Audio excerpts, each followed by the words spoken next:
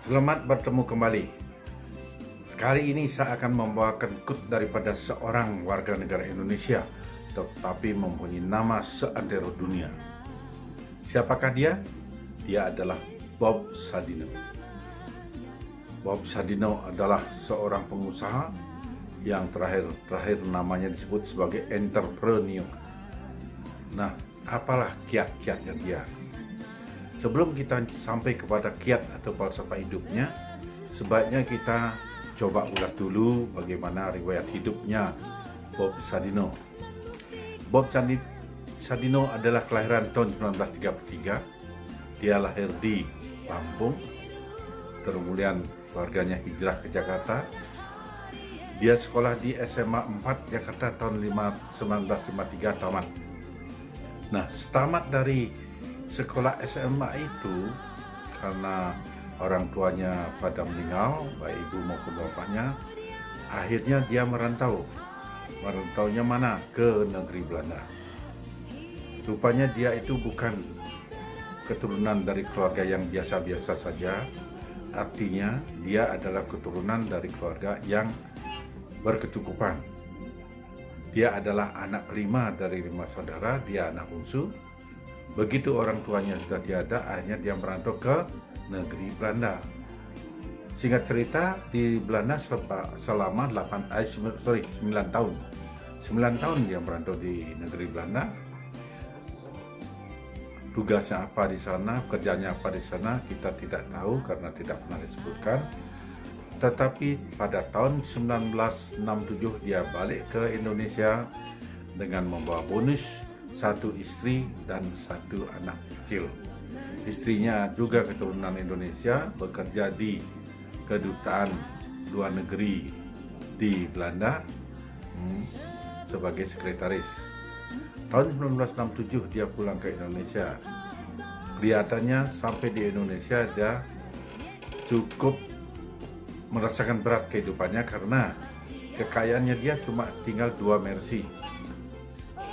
2 Mercy itu, yang 1 Mercy dia jual untuk beli tanah di Kemang, yang nantinya untuk rumah dan usaha.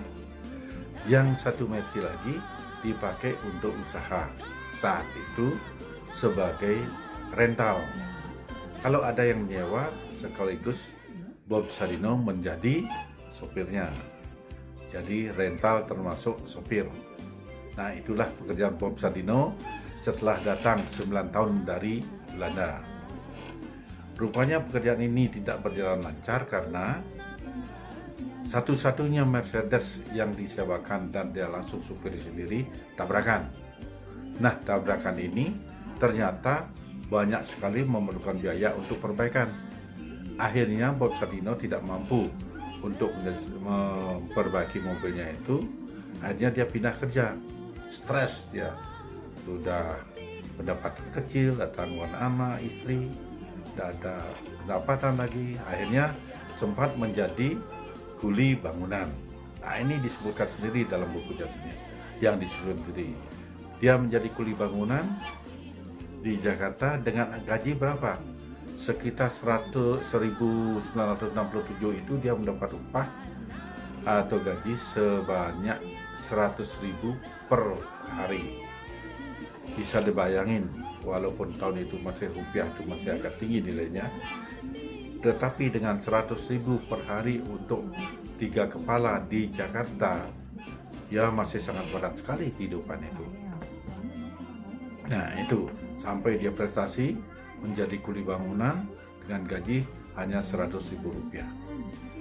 Cukup prihatin lah, cukup prihatin kehidupannya. Nah, terus kemudian ada pendapat dari kawannya, ada saran dari kawannya, Bob, baiknya kamu berusaha minta bantu untuk membuat usaha yang sedang tren saat ini. Dia bilang adalah ternak ayam petelur, jadi ayam dan telurnya itu. Akhirnya dia ikuti saran kawannya itu, terus agak lumayan bisa menghidupi keluarganya. Nah, terus dia tekuni, terus lama-lama ada taman dari bisnisnya itu, yaitu Kemcik. Karena ingat dia di waktu negeri Belanda, Itu kalau bule-bule di Belanda itu, orang Belanda itu makannya adalah tidak makan nasi, dia makan roti-roti itu.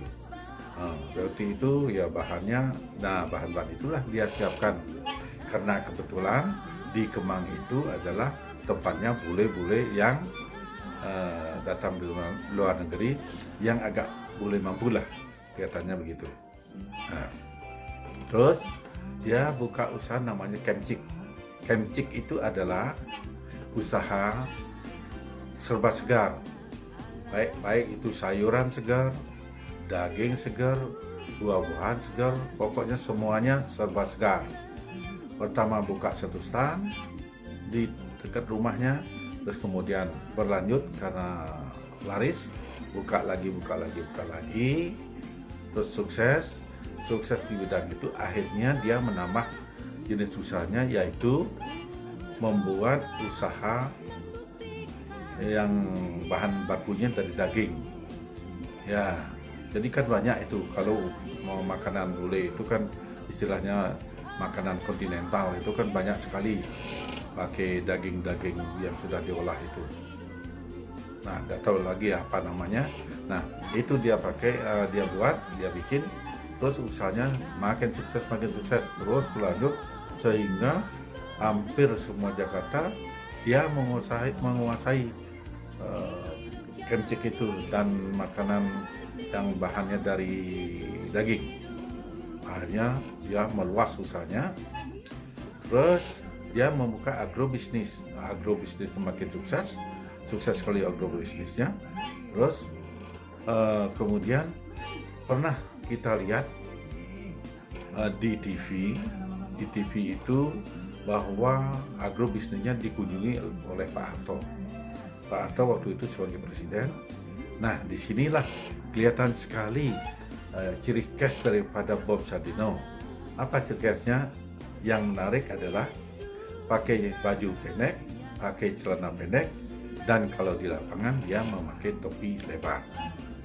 Waktu Presiden Soeharto pun datang ke bisnisnya itu, ke kebunnya itu, tetap pakaiannya tetap itu. Jadi presiden disambut dengan pakaian itu. Mungkin rupanya itu pakaian dinasnya. Nah, itu. Nah, udah itu cerita dia disebut sangat sukses dalam bidang usahanya, banyak macam-macam usaha. Terus dia akhirnya membuat suatu ini good itu aja falsafah hidup dari pengalaman hidupnya itu. Apakah falsafah hidupnya dia? Nah, falsafah hidupnya dia itu adalah sangat singkat dan sangat sederhana. Orang bodoh tidak banyak mikir. Jadi kalau tidak banyak mikir, langsung bergerak satu langkah, tidak usah banyak. Kalau orang pintar banyak mikir, sehingga takut ini takut itu, tidak berani pernah bergerak. Itu quote-nya dia. Atau kalau disingkat quote-nya dia itu, orang bodoh langsung melangkah, orang pintar tidak berani melangkah. Intinya itu. Nah, itulah dia bilang, yang dia bilang bodoh itulah dirinya sendiri. Artinya dia merasa sekolah tidak tinggi, cuma pengalaman saja, berani melangkah begitu tinggi dan sukses. Itu dia bilang orang bodoh. Terus ditambah lagi quote-nya apa? Quote-nya, orang bodoh setelah pintar bisa orang bodoh setelah sukses bisa mempekerjakan orang pintar. Artinya start-startnya dia semua orang pintar-pintar semua. Dia bisa menggaji karena apa? Sebenarnya mereka menggaji diri sendiri. Saya cuma memberikan apa yang dia dapatkan. Jadi saya tidak terlalu pusing memikirkan karena dia bekerja sendiri, dapat pendapatan dari apa yang didapat itu saya bayar kepada dia. Terus kemudian saya tetap melayani umum, tetap melayani konsumen, siap pelihara semua langganan-langganan saya, sehingga bisnis saya tetap lancar. Nah, itu prinsipnya dia. Jadi beda dengan pengusaha biasa. Pengusaha biasa intinya cuma mencari keuntungan, tapi dia intinya tetap melayani dengan sebaik-baiknya, baik itu konsumen biasa, konsumen umum, dia bagi layani dengan sebaik-baiknya, dan termasuk pegawainya dia prioritaskan mendapat gaji yang cukup. Nah, itu kiatnya dia. Nah, kelihatannya kalau kita membicarakan kiat saat ini agak sulit karena terlalu panjang. Mungkin kita sampaikan pada waktu pertemuan berikutnya. Sementara begitu dulu. Terima kasih kami sampaikan. Sampai bertemu kembali. Selamat pagi. Salah.